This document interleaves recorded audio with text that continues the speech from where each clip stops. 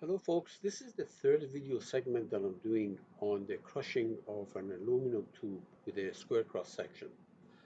The very first one that I did, the first tutorial that I did, I crushed it with a block of steel, which was modeled with brick elements. And in the second one, I used replaced that block of steel with a plate, a steel plate. Of course, I adjusted the mass density of the steel so that it gives you total mass. And here, I'm going to repeat that same problem, except that I'm going to use the analytical rigid surface, and therefore there is no need to mesh that block, which obviously we are not doing, or the plate, which again we are not doing. Now, these are intended to be the for people who are transitioning from ABAQUS CAE to 3D experience, or they're entirely new in 3D experience, and therefore what I do is I select specific tutorials which have already been done on YouTube using the ABAQUS CAE and replicate those steps as if you wanted to do that directly in 3D experience. The present playlist deals with explicit dynamics, and there will be a follow-up video tutorial 4, where instead of analytical rigid surface, I will be using a rigid block basically. All right, now here's the situation. Let's go ahead and go through the initial stages. And tutorial 1, this is what was shown to you. So we have I use solid elements and shells, okay, and these four edges were actually clamped, and the block is coming at the initial velocity of 25,000 millimeter per second and crushing this aluminum tube. Now, this particular problem and the data is done by the YouTuber shown below using the ABAQUS CAE. So in this tutorial 3, I will be modeling the aluminum tube with shell elements. However, the uh, the plate, the right side of the tube is being crushed with an analytical rigid surface, which we will not specify any stiffness for it, any material properties. The only thing that we do is we specify the mass that is the mass equivalent to the mass of whatever appears uh, in this video or video 1 at this reference point. We'll get to those when in more detail when we go through the tutorial itself. Now, here's the situation. So we basically have an analytical rigid surface, uh, which is not going to be meshed, obviously. This was not going to be meshed. The size of this thing is not important. And the dimensions of the tube are given down here. There is an initial 2 millimeter gap between the analytical rigid surface and the tube. Okay.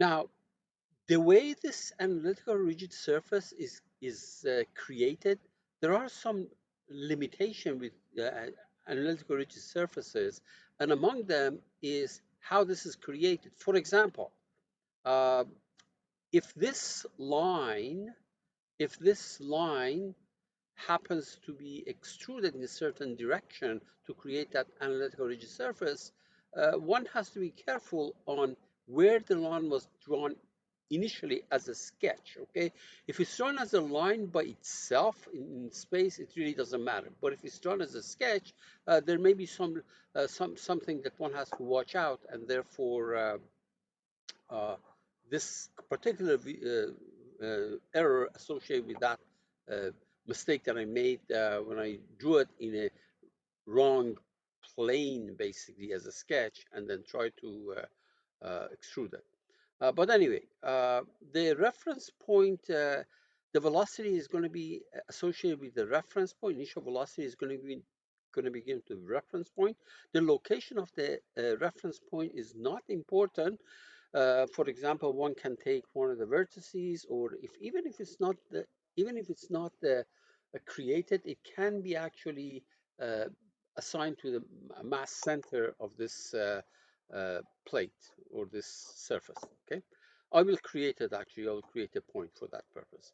Now I noticed that when you do this, if you don't specify, for example, if this mass lump mass associated with that analytical rigid surface moves in this direction, we're going to specify the degrees of freedom associated with that lump mass, so it can only move in the direction that's given a velocity. Otherwise, you may get some error messages that has to be taken care of. Now, on purpose, I'm going to do it first so that actually this analytical rigid surface will go through the rigid tube without crushing it. And that's on purpose. So I'm going to show you that then we have to come back and flip the direction associated with that analytical rigid surface, which means that it will then see it properly and then crushes it. Okay. The data is taken for aluminum is taken from the tutorial 1, and I'm going to do a general contact with a friction coefficient of 0.3. Everything else is default, and the total duration of the simulation is 20 milliseconds or 0.02 seconds. The size of this, as I said, this is not important, and it doesn't have to be meshed with anything, okay? But as far as the tube is concerned, we're going to use a 4-noded shell element with reduced integration. Okay, so let's go ahead and actually go to our interface right there. Already created an assembly because this is an assembly of two pieces, the tube and the analytical rigid surface. So and I changed the name here so that it says crushing with analytical rigid surface. Let's insert our first part, which is actually the tube. So right click, right click, insert a 3D part, and I'm going to call that thing the tube. Just bear with me for a second.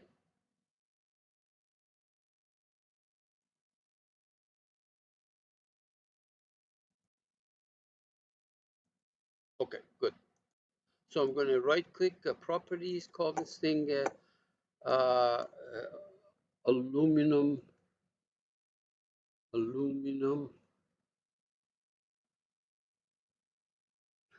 too many things here,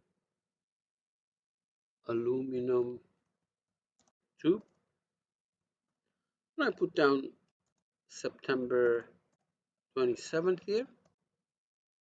Okay. And let me copy this thing.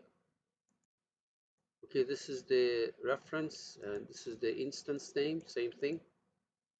Paste it, and we say okay. Let's go make it. So I go there, double click. Okay. And on that vertical plane, I'm going to sketch a centered uh, rectangle, but dimension it so that each side is 100 millimeters. Okay, this one too. All right, exit. These steps are identical to tutorial 1 and 2, but you have to do it. So we're going to sweep this from -2 to 302 and flip the direction. Say okay. So basically, I drew my square on this YZ plane, but when it came to extruding it, I did it from this location, which is 2 millimeter away, all the way to 302. So the total length is actually 300 millimeters. Okay, why don't we apply material to this thing? So let's go ahead and go to tools. Although I have the material, but I'll show you again how to do that. So create a material, and I'm going to call this thing, what did I call this thing? Aluminum tube. Aluminum tube. See now, it is September 27. Okay. I'll put down 2020 to 2023 also. These are so that if I ever have to get this thing, at least I know what I called it. All right, so that's going to create it, but there's no data in it yet. Right there, you see that? Right there. So apply.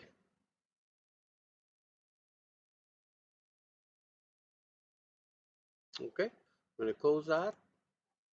Apply it to this part that I made, and I'm going to input the data in there. So I go here, double click. Let's put the stuff that we want.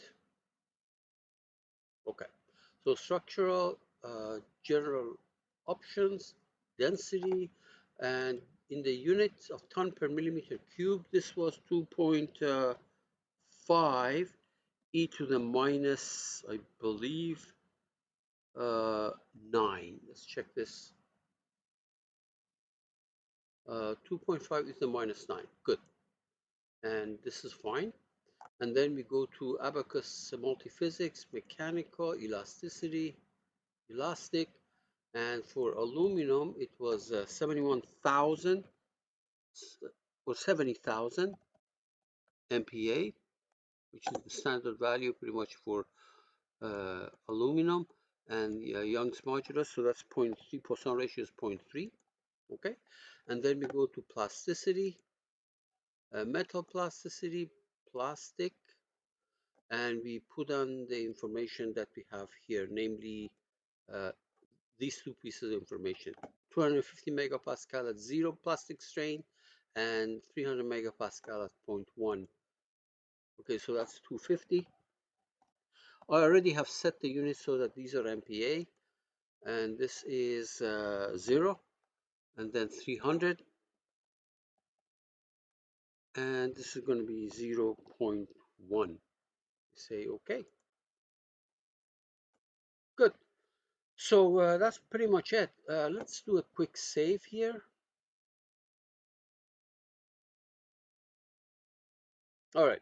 So let me go ahead to the assembly and insert my second part, which is going to be my analytical rigid surface. So you go here, right click, insert 3D part, and I'm going to call this thing rigid surface. So where is that? Properties, rigid surface. Why don't I call this analytical rigid surface?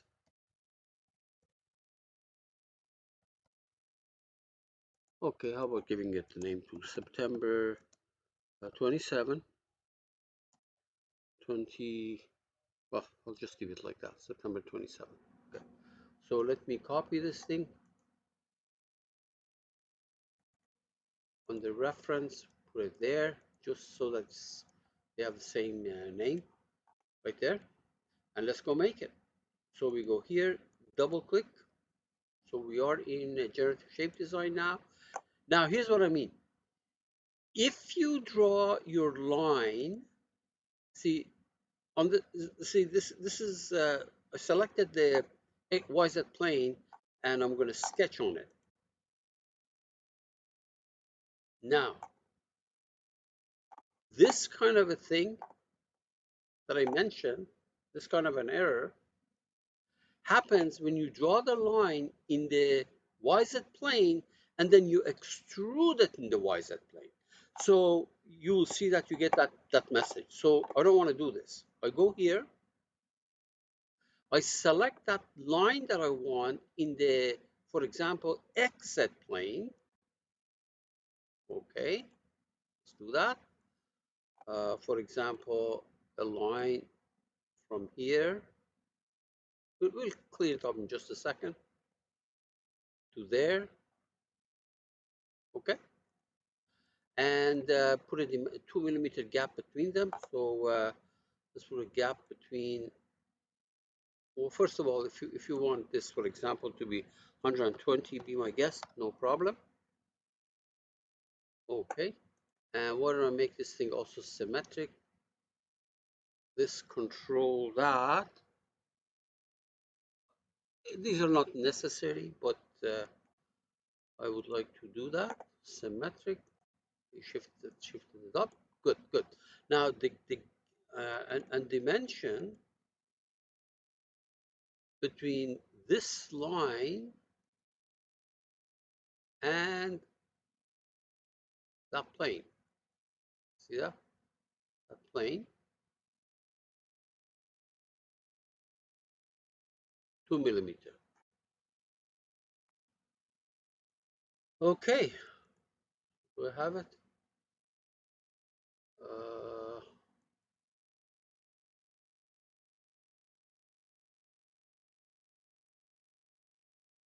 Actually, I'm sorry. This is not 2 millimeter. This should be. This should be. Let me undo that. I want it to be 0, right? So I want this thing to be on that. Otherwise, the gap between the line, the plane, and this is going to be more than that. So no problem. So I can do this dimension between here and here to be. Let me undo this. It's easier if I did the following. This line control that plane. Uh, Make it coincident. How about that? There are other ways of doing it. There must be a dimension that I've put in there that won't let me do that. Control Z. There must be some other dimension here that I've placed and I cannot see it. There must be something here. It must be this dimension probably. Yeah. Let me delete that. Okay. Good. That's why it was not letting me do that. So this line control that plane. This is taking more than what I want. For example, you can put coincident. Yeah, I wasted so much time here. Okay, exit, exit. Now, remember this, I drew it in the exit plane, and I'm going to extrude it so that it creates that plane for me. So I'm going to extrude this in the direction, that'll be direction Y. Do it symmetrically, and do it by 60 millimeters in each direction. If you look at my slide, you see that this is a little bit, this is not quite the same dimension, but it really doesn't matter because the size of this plate does not matter as long as it covers that base. All right, good. Now, while I'm here, I'm going to create a point. So I'm going to create a point. It really doesn't matter where it is, so I'm going to put it somewhere here, give it a coordinate y equal to maybe 250. Let's see that y150. Let's see. Yeah, that's good. So this is going to be my reference code associated with this particular analytical rigid surface. Now, we go all the way to the top, all the way to the top. Okay, save everything. Good. We don't have to specify material, but we'll do the rest of the problem now. Now we're going to go and do the meshing for the aluminum tube. Okay, so let's go to the structure model creation, MTFEM.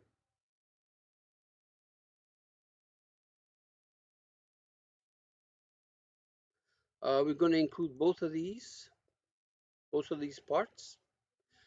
Okay, now notice that here, of course, I can go and mesh this thing, and I will do that in a minute. There's no problem. But I want to show you something else. The analytical rigid surface must be done through this abstraction tab. You see that? If you select the abstraction tab, which is selected right now, and you expand this thing, it says analytical rigid surface. In tutorial 4, I'm going to do rigid body, okay? But now, analytical rigid surface, you have to do this. It says, okay, it says, where is that surface? Now, the surface is going to be this one that I extruded, okay? Where is the point? The point is going to be this, that point, okay? This is the flip direction that I was talking about. On purpose, I'm not going to do this. I'm going to show you that if I actually go ahead and do not check this, what's going to happen. So for now, everything is good. We say OK. Notice that what happened here is under the abstraction, in the abstraction portion, analytical rigid surface has been created right there. You can see that. OK. Now we're going to mesh this guy. So we go to mesh, surface quad mesh, extrude. We select this under this part body or that like the extrusion, either way. And the size is going to be 5 mm. That's exactly what I had before. Mesh, and we say OK. We also need properties for this. Remember that? So we go to properties because it's a shell. You need section, cross section, thickness, thickness of the shell. You click on it. Okay, for the support, you use this whole thing. Okay, for the thickness, it was 1.5 mm, and that's pretty much it. Okay, so we have also the shell section here. Now, notice that here there is, if you go to abstraction one more time, go to the abstraction, notice that there's a point inertia here. This is this is going to be the mass that we play at this reference point, with the value of it being the value of the mass of that steel block that I did in section in tutorial 1. And notice that it says 0.0135 tons. Okay, so what we're going to do is we're going to do mass inertia. So you, for the point, we select this point. For the value, I put down 0.0135. I think that's what I had. Yep. Okay. And don't worry about these things. There we are. Placed it there. Okay. And notice that when I did that, it also created this other branch here. Okay, very good. And that's pretty much it. So let's save everything. By the way, this element, notice that right now we have the type of this. It doesn't say what the type is, but it's S4, not S4R. We'll fix that in a minute. Okay. So now we're going to go to not structural scenario creation. We're going to go to mechanical scenario creation. Remember, this does not have the explicit application in it, okay, or step in it. So, but this one does. Just watch videos 1 and 2. You click on it.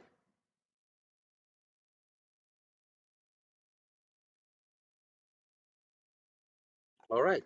I'm not going to use general. I'm doing a structural problem. In video 1, I did general, but I said that that was unnecessary. It didn't cost me anything, but structure is what we're doing. It says, where is the finite element model? It's the one that I created. This is the one that I created. Notice that it's in the tree right there. And we say, OK.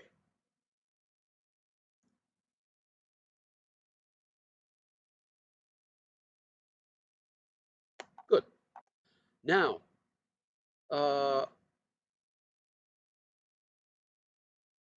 please keep in mind that when you create this finite element model, when you go to the structure model creation, make sure that you are in the assembly at the assembly level. Don't try to put these things in the parts, because I did that in video 2, then I deleted it and went back to my assembly and created it right there. Okay. Okay. Good. Now we're going to do procedure right there. Explicit dynamics. You click on it. Total duration 0.02 seconds.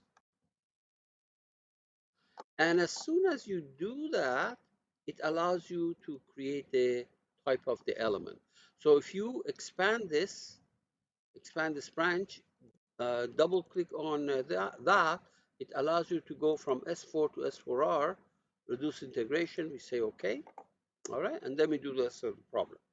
Now, what is the rest of the problem? Let me hide my mesh here. I don't want to see it. So right-click Mesh Visualization, Manager, and I don't want to see my finite element model. There we are. Okay, good. Close that. Okay, we want to clamp these 4 edges. So we go to where's that boundary condition? Clamp. 1, 2, 3, 4, and we say okay. 4 edges are clamped. This point can only move in the direction X, and this is what I meant by here. This is what I meant by this comment. The degrees of freedom must also be specified, otherwise you may get an error message, and I know that you will. So I'm going to do that. So let's go here, not clamp, but fixed displacement. Fixed displacement. So that point can only move in the direction X. Everything else is checked, including these rotations. Okay? And now we give it an initial, now we give it an initial velocity. So we go to initial conditions. There we are, initial velocity to that point.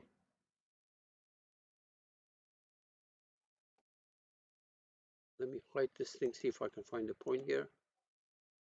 Right there. To that point in the direction X, 25 meter per second. There we are. Okay.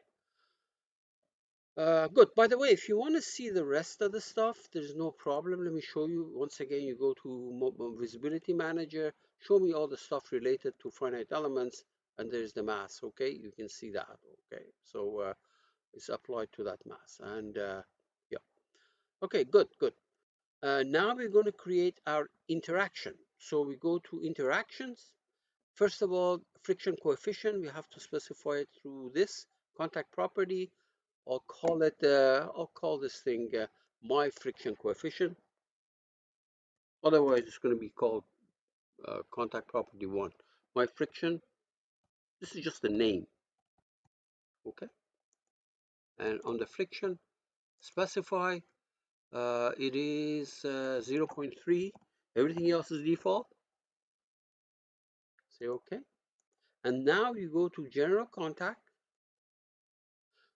Make sure that the friction coefficient is the my friction. Okay, otherwise it's going to be frictionless, and take care. It's going to be automatically taking care of all contact surfaces. We say okay. Good. And that's pretty much it. I don't think I forgot anything. So let's go ahead and run it and see what happens. So first of all, we do a model and scenario check. Let me save this thing first.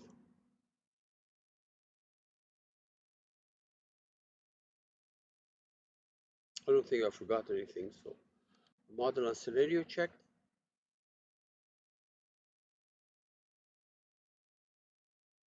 No problem there. Simulation check. There may be some warnings, but that's okay as long as they're not errors. We're going to run it.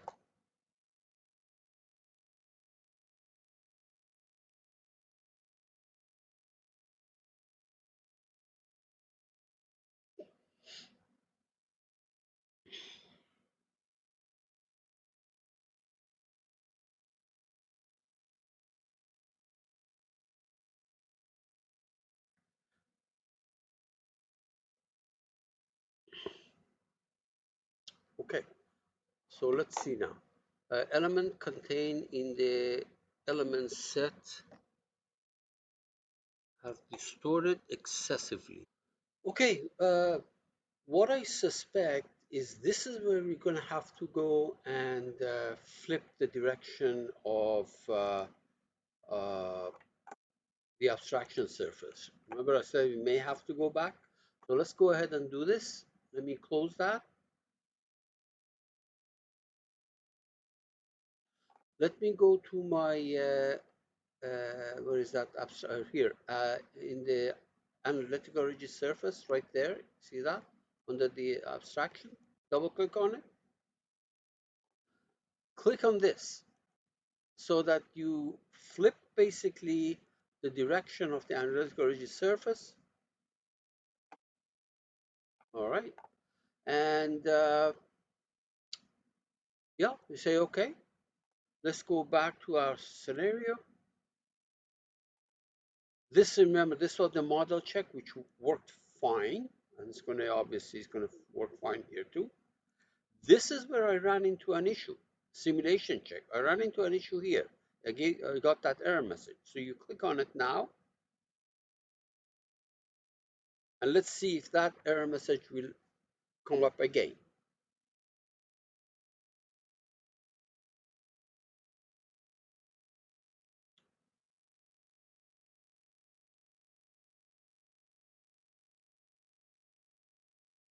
So far, so good. No errors. I think it passed through that stage where the error, see that? Completed. And now we're going to run it.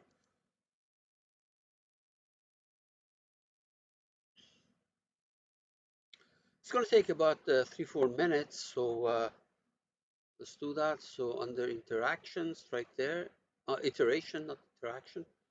Let's check uh, the, uh, the process that is going to go through all these incrementations and everything. Total time, wall clock. So that flipping direction, you have to be, careful about it, and can be critical. And this is going through now.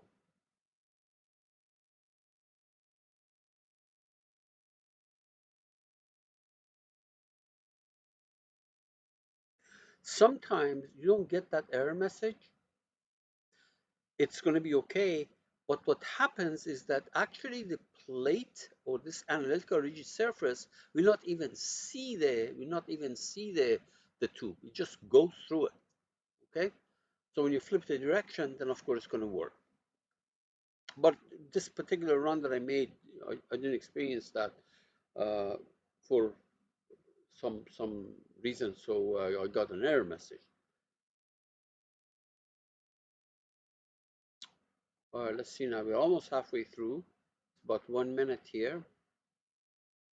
Remember, this has to go wall clock. This has to go to 0.02 seconds. This is not wall clock. This is a physical 0.02 seconds, 20 millisecond. This is the wall clock, okay? And I'm pretty sure this is okay. Some of you may feel more comfortable also looking at this, which is the number of iteration and kinetic energy. Obviously, the kinetic energy is going to die down because this analytical rigid surface will hit that and kind of bounce back, as we did in tutorials 2 and 3. Let's go back here. You're almost done.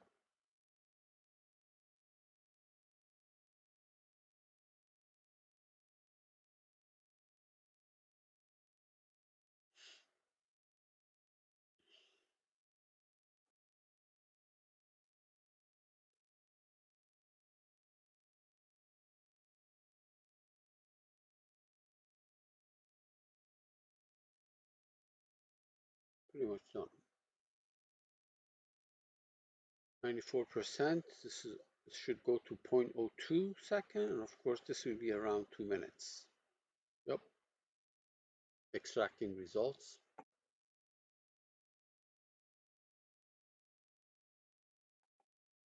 Okay, let me close that. You can see this is where we started. And as we increase, this begins the crushing process. And of course, down here when it bounces back. So you can actually uh, animate this. And let's make it slower. You click on this, kind of a clock thing. and speed you adjust it according to what you like. Yep, very good. So notice that uh, contrary to tutorials 1 and 2, where I had to mesh this, in the tutorial 1 with solid elements, see, what was that, the continuum 8R, yeah, 8R reduced integration, right? 3D, uh, C3D 8R. And this with, yeah, in the second tutorial, I had to do this thing with the shell element, S4R, and I had to do that. Here is analytical surface. I did not even have to mesh this. Okay, so that takes care of this problem. And good luck. The tutorial 4 on this problem is going to be, as I said, when I mesh that, when I create that as a this thing impactor as a rigid block, no mesh, no elements.